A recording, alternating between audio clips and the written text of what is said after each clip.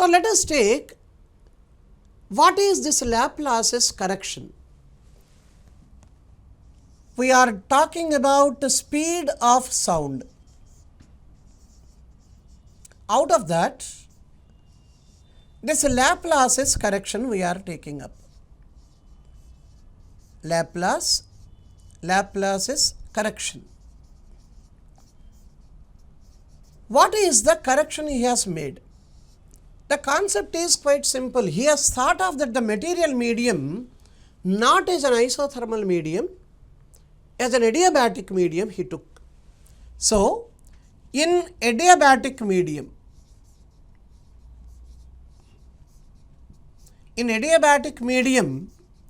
we can understand straight away that temperature is a variable. Neither heat be taken by the system nor released to the surroundings.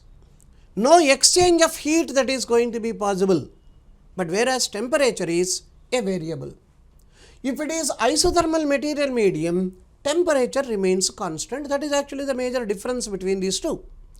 Now, in an adiabatic medium, adiabatic elasticity is going to be gamma times the pressure.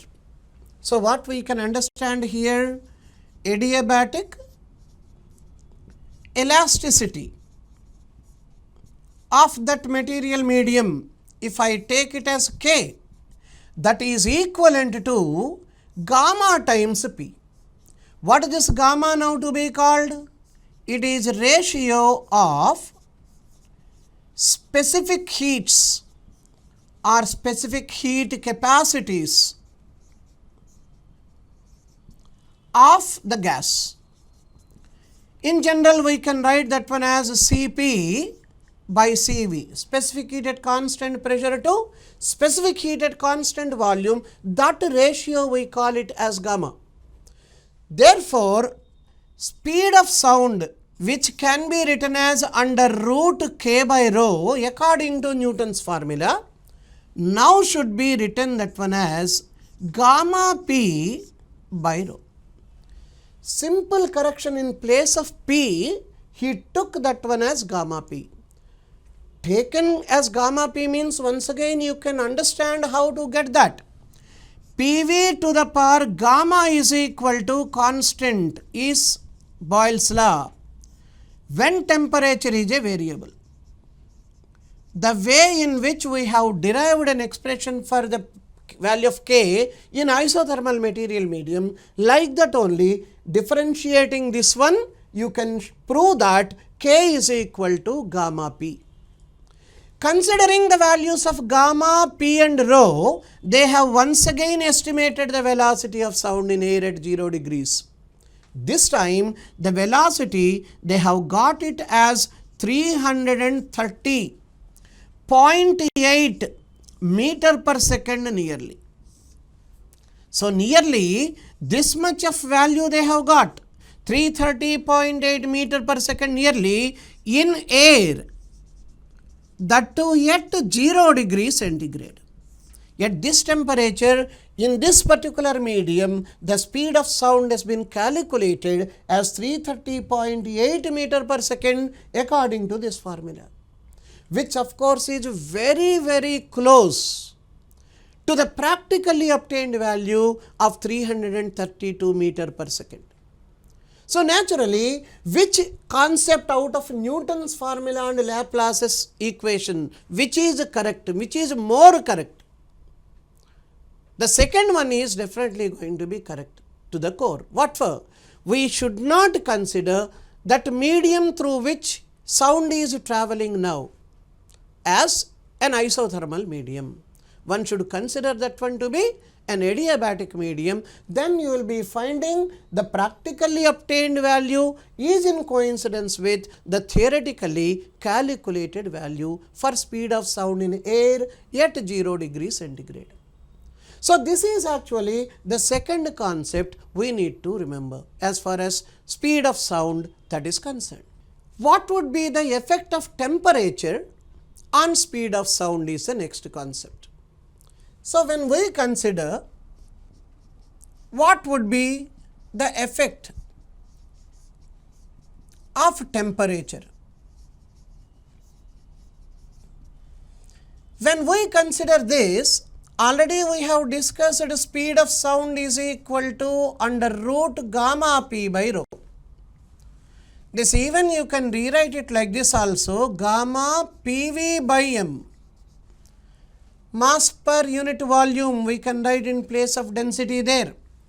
This can now be written as gamma into nRT, PV is nRT by M whole under root. When I consider all these values as constants, like only the value of T becomes a variable for that particular gas.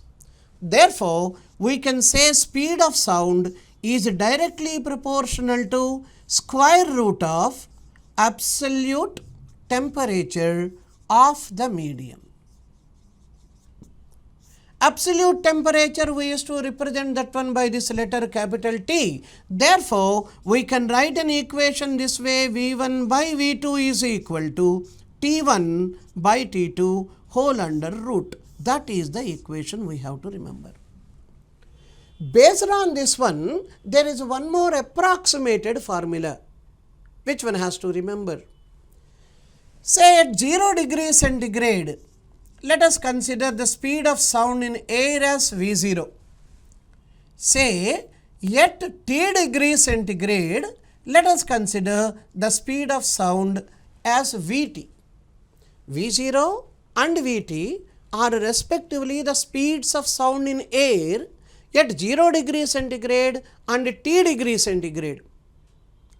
Then, if you substitute those values over here, you can get that V0 or Vt by V0 is equal to square root of 273 plus T by 273.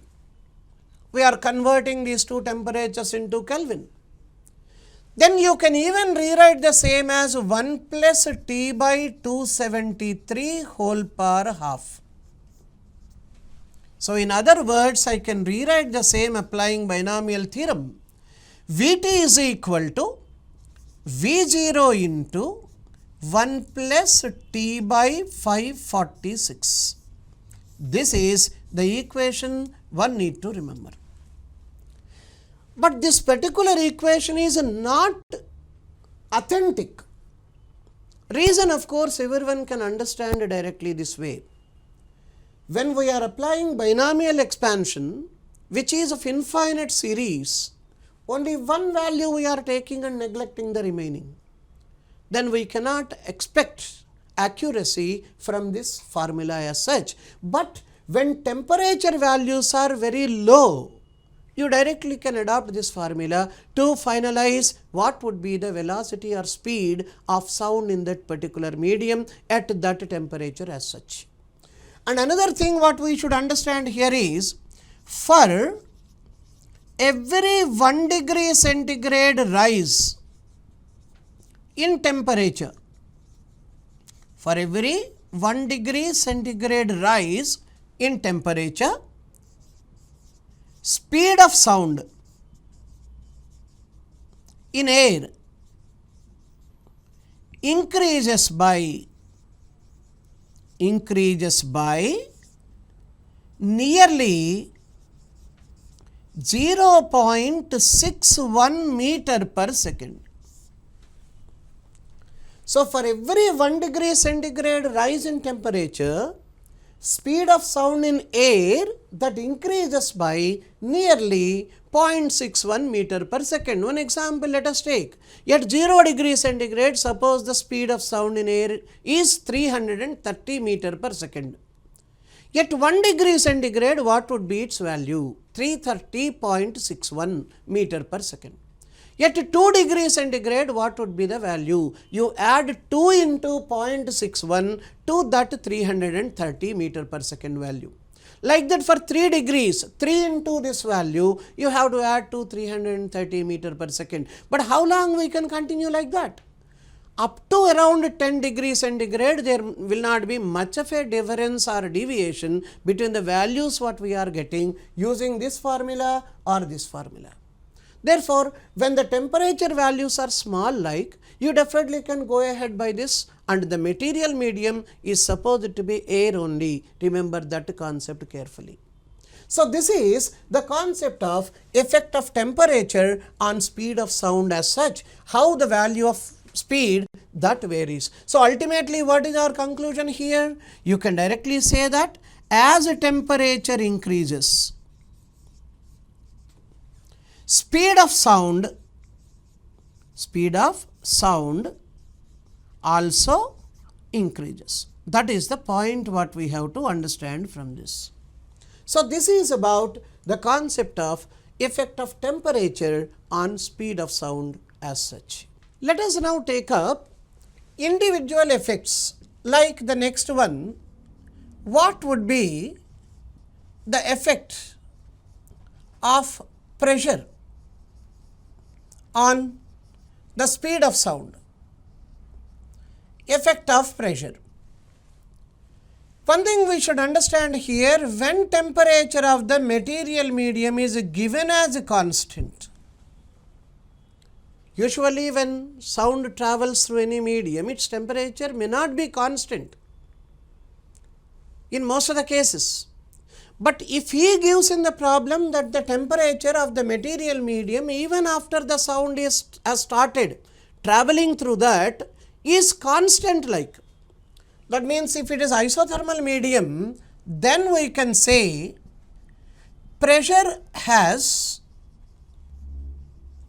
no effect on speed of sound. That is what we have to understand here. What do you mean by this pressure has no effect? For example, when I consider temperature as constant, then Boyle's law can be written as PV as constant. P is inversely proportional to V, or PV is constant. You can even rewrite the same this way also. P into M by rho is constant, which again can be rewritten this way. P by rho is constant. So, what is the very meaning of this one? Pressure is directly proportional to density when temperature of the material medium remains constant. So, what we can understand here is, for example, pressure has been increased 4 times. Then according to this particular concept, pressure by density will be changed in such a way that it always remains constant. That means when pressure is doubled, density also will be doubled, so that P by rho remains constant. When pressure has become half, density also becomes half, such that P by rho remains constant. So, that variation of that fraction P by rho, it varies in such a way that always that fraction remains constant as long as the temperature of the system is kept constant. That is concerned.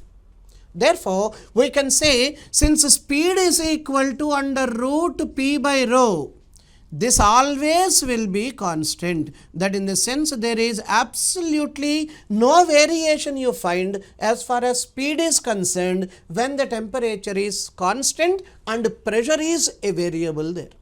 So, simply speaking, pressure has no effect on the speed of sound when temperature is given constant in that particular material medium. Exactly like that, let us take the other one. That is, what would be the effect of density? When we talk about density, pressure definitely depends on density, we can understand.